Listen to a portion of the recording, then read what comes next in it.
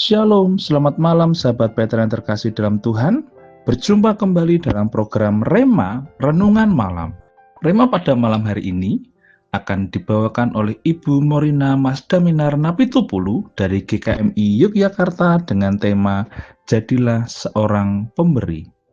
Sahabat Petra yang terkasih dalam Tuhan, mari persiapkan hati kita untuk kita mendengarkan Rema malam ini.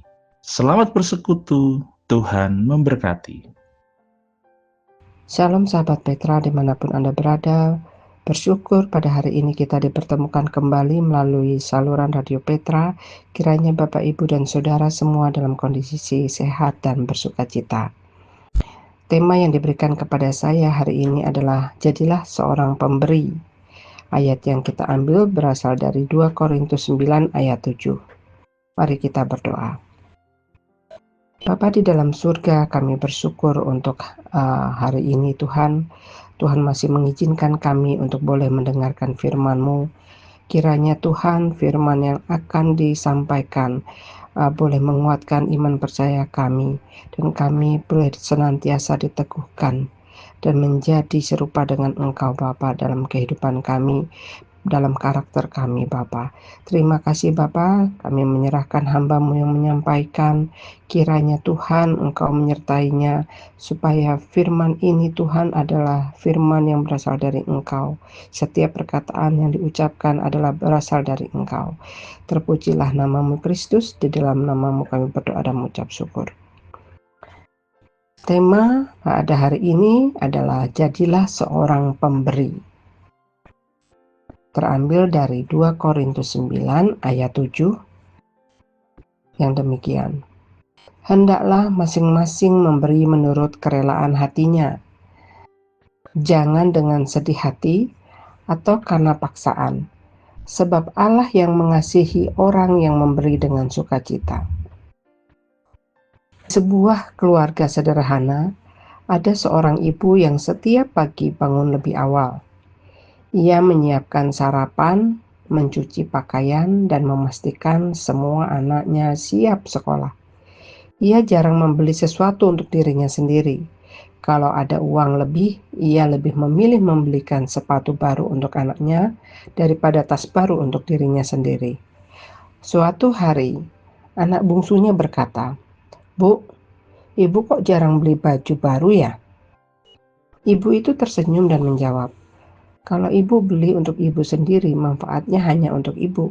Tapi kalau ibu memberi untuk kalian, kebahagiaan ibu jadi berlipat." Anak itu baru menyadari bahwa selama ini ibunya lebih fokus memberi daripada menerima. Ia tidak menuntut, tapi terus menabur dalam kasih. Saudara-saudara yang terkasih, dalam kehidupan kita sehari-hari, sering kita lebih fokus pada apa yang kita terima daripada apa yang kita berikan. Namun, hari ini Alkitab mengajarkan bahwa kebahagiaan sejati justru ditemukan ketika kita memberi dengan hati yang tulus. Memberi bukan hanya soal uang, tetapi juga waktu, tenaga, perhatian, kasih, dan pengampunan. Paulus menulis kepada jemaat Korintus tentang pentingnya memberi dengan sikap hati yang benar. Ayat ini yang menjadi dasar penting bagi kita untuk menjadi pemberi yang sukacita. Bagaimana memberi dengan sukacita? Memberi dengan sukacita yang pertama, memberi dengan pilihan hati, bukan dengan paksaan. Sebagaimana ayat ini dari 2 Korintus 9 ayat 7 bagian A mengatakan, hendaklah masing-masing memberi menurut kerelaan hatinya. Artinya bukan dengan paksaan. Paulus menekankan bahwa memberi bukan sesuatu yang dipaksa, melainkan keputusan pribadi yang lahir dari hati. Tuhan tidak melihat besar kecilnya nominal, tetapi motivasi di balik pemberian. Seperti janda miskin, kisah janda miskin, kalau Bapak, Ibu, dan Saudara pernah membaca atau mendengarkan cerita ini, janda miskin yang terdapat dalam Markus 12 ayat 41 sampai dengan 44. Kalau kita simak, bagaimana seorang janda miskin yang hanya memberi 2 peser dari uang yang dimilikinya. Hanya 2 peser. Tetapi meskipun kecil, menurut kacamata manusia, namun justru yang 2 peser ini berharga di mata Allah. Persembahan janda miskin ini berharga karena ia memberi dari kekurangannya, yaitu seluruh nafkahnya. Markus 12 ayat 43 sampai dengan 44. Demikian firman Tuhan.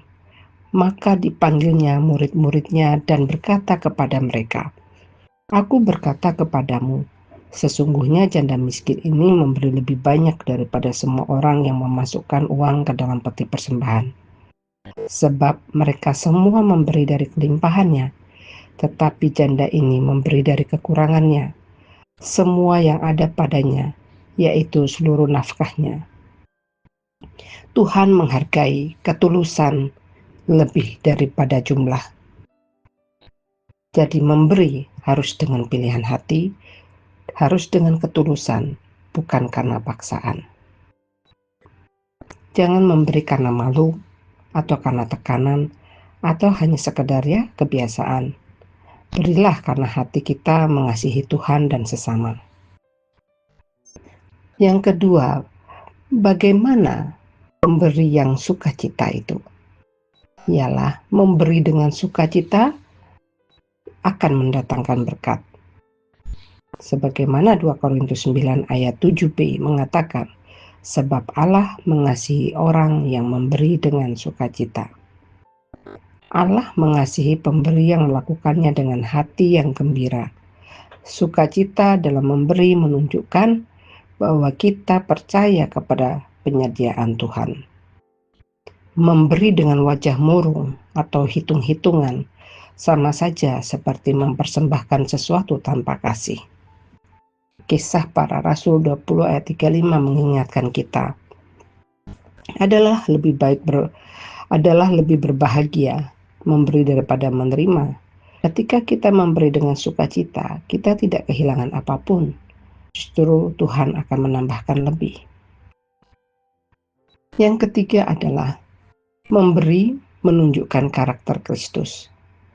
Allah sendiri adalah pemberi yang terbesar. Dia tidak hanya memberi uang, harta, dia tidak memberi itu. Tetapi yang paling besar, ia memberikan anaknya yang tunggal.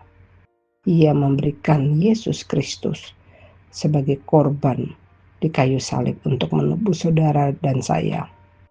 Untuk menebus dosa saudara dan saya. Kita bisa lihat di Yohanes 3, apa yang mendasari bahwa Yesus adalah pemberi yang terbesar. Allah itu sendiri adalah pemberi terbesar. Apa yang melandasi?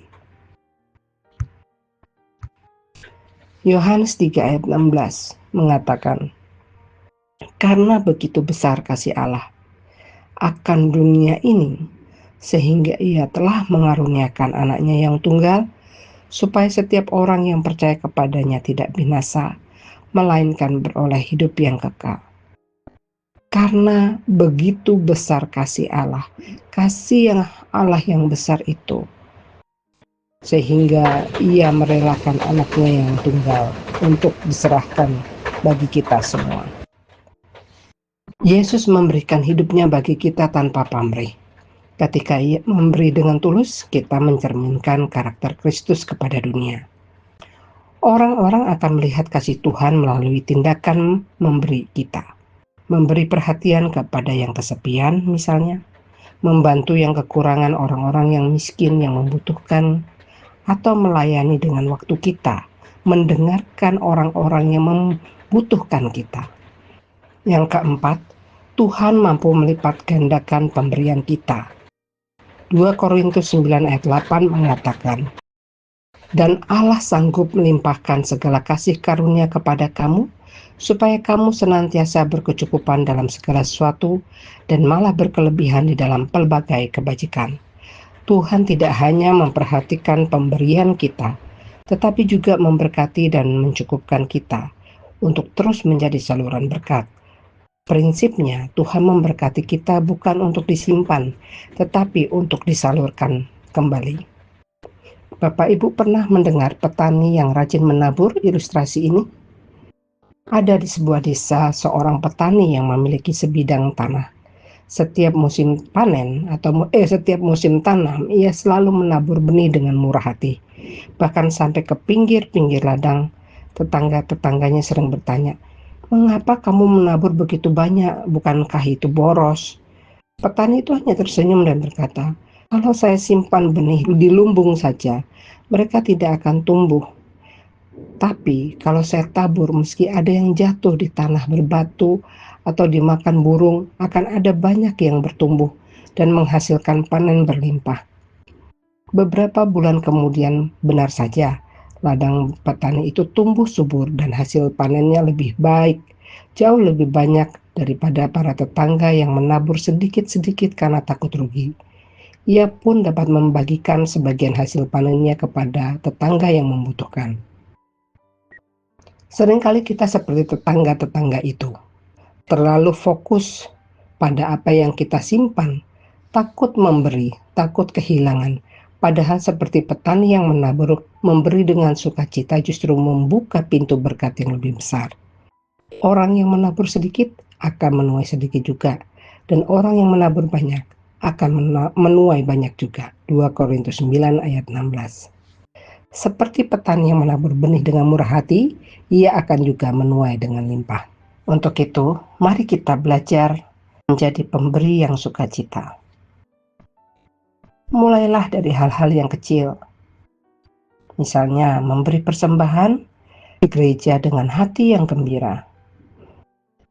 Memberi perhatian kepada orang yang di sekitar, kepada keluarga, anak, suami, istri, atau sahabat-sahabat yang membutuhkan kita. Memberi waktu untuk mendengarkan cerita-cerita mereka. Memberi waktu untuk melayani Tuhan di gereja.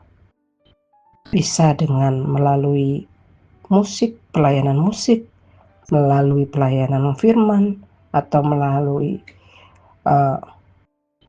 prokantor atau liturgos, bahkan melayani dengan menerima tamu.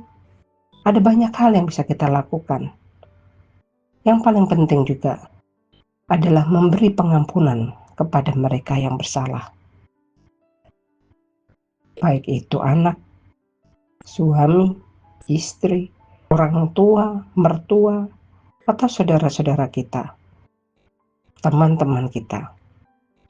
Sebagaimana Tuhan telah mengampuni kita semua, bahkan menebus dosa kita, makanya sudah selayaknya kita juga mengampuni orang yang bersalah kepada kita. Ketika kita memberi, kita sedang menjadi bagian dari pekerjaan Tuhan. Kita tidak akan kekurangan, sebab Tuhan sendiri yang mencukupkan dan memampukan kita. Jadi, dari apa yang kita pelajari di atas, yang pertama, kita akan memberi dengan sukacita, karena Tuhan mengasihi pemberi yang sukacita. Yang kedua, memberi adalah pilihan hati, bukan karena paksaan. Yang ketiga, memberi adalah mencerminkan karakter Kristus. Bagaimana kasih yang besar itu memampukan kita semua untuk bisa memberi dan menolong saudara-saudara yang membutuhkan. Yang keempat, Tuhan melipat gandakan pemberian kita. Kiranya firman ini boleh menguatkan saudara-saudara dan membuat saudara-saudara tidak takut untuk memberi, tetapi memberi sebagai tanda ucapan syukur saudara dan saya kepada Tuhan. Mari kita memberi dengan sukacita. Mari kita berdoa. Bapa, kami bersyukur karena terus diingatkan agar kami mau memberi dengan tulus dan dengan sukacita, sebagaimana Engkau telah ajarkan dan memberi teladan kepada kami. Bukan hanya memberi secara finansial, tetapi kami juga bisa memberi dengan waktu kami, bisa memberi dengan memberikan telinga kami untuk mendengar, bahkan memberi pengampunan kepada orang-orang bersalah. Kami mau belajar terus Tuhan, mampukan kami. Berkati semua saudara-saudara yang mendengarkan melalui Radio Petra ini Tuhan. Dalam Kristus kami berdoa. Amin.